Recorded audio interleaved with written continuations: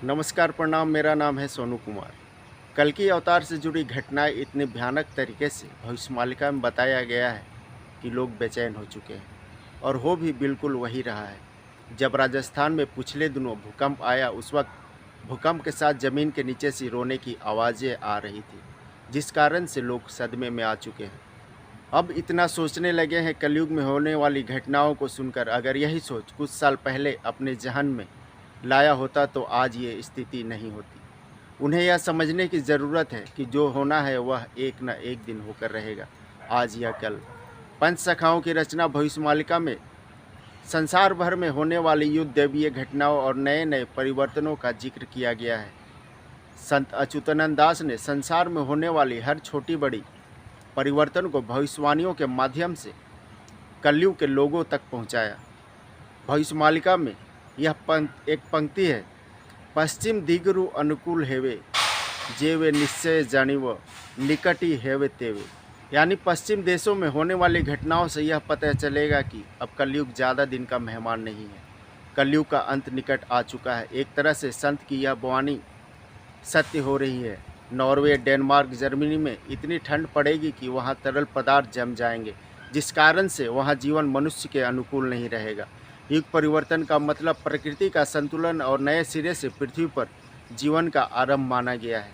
सभी लोगों की यह धारणा है कि सब कुछ भगवान के हाथों में होता है, पर ऐसा नहीं है। ये धरती हमारी है, हम ही इसके रक्षक हैं। पर जब हम इसे सही ढंग से नहीं चला पाते, तब वह मालिक हमारे और प्रकृति के बीच में हस्तक्षेप करता है और दोनों में बैलेंस बनाने की कोशिश करता है, जिसके लिए वह अवतार लेकर धरती पर आता है। जिस प्रकार मनुष्य के जन्म के समय ही उसकी मृत्यु निर्धारित की जाती है, वैसे ही पृथ्वी की आयु भी निर्धारित थी। युग चक्र में कलयुग 2 बार आता है, सतयुग, त्रेता, द्वापर, फिर कलयुग। उसके बाद फिर से कलयुग, सतयुग, त्रेता और द्वापर। मतलब सतयुग से कलयुग, फिर कलयुग से सतयुग। और इसी कारण से कलयुग की आयु सभी के लिए एक रहस्य बना हुआ है। कई ग्रंथों में भी इसका वर्णन है। युगों की गणना आज भी एक रहस्य है, कोई पक्के तौर पर इसे प्रूफ नहीं कर सकता।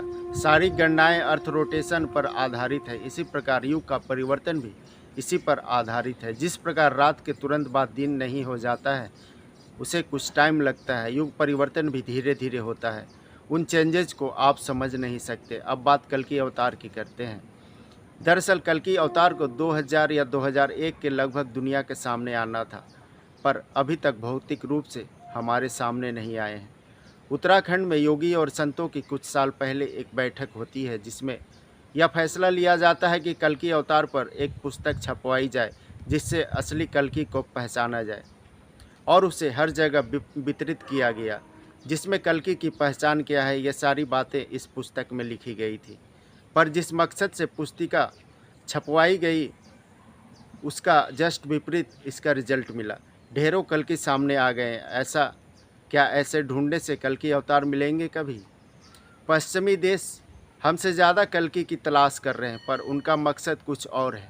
हमारा मकसद धरती पर सुख शांति की कामना है। भगवान को बुलाने के लिए सबसे पहले हमें अपने अंदर की चेतना को जगाना होगा, अपनी आस्था और विश्वास को जगाना होगा। दक्षिणेश्वर काली मंदिर और पुरी का जगन्नाथ धाम आने वाले समय में कलयुग के अंत का गवाह बनेगा। भविष्यमालिका के अनुसार घटनाएं तो बहुत घट रही हैं संसार में, पर सभी घटनाओं को भविष्यवाणियों के साथ जोड़ा नहीं जा सकता, क्योंकि भविष्यवाणियों का मकसद लोगों को जागरूक करना है, उन्हें डराना नहीं। आज के लिए इतना ही। नए व्यूवर्स चैनल को सब्सक्राइब कर ले। आप थैंक्स बटन का इस्तेमाल करके हमें सपोर्ट कर सकते हैं। धन्यवाद।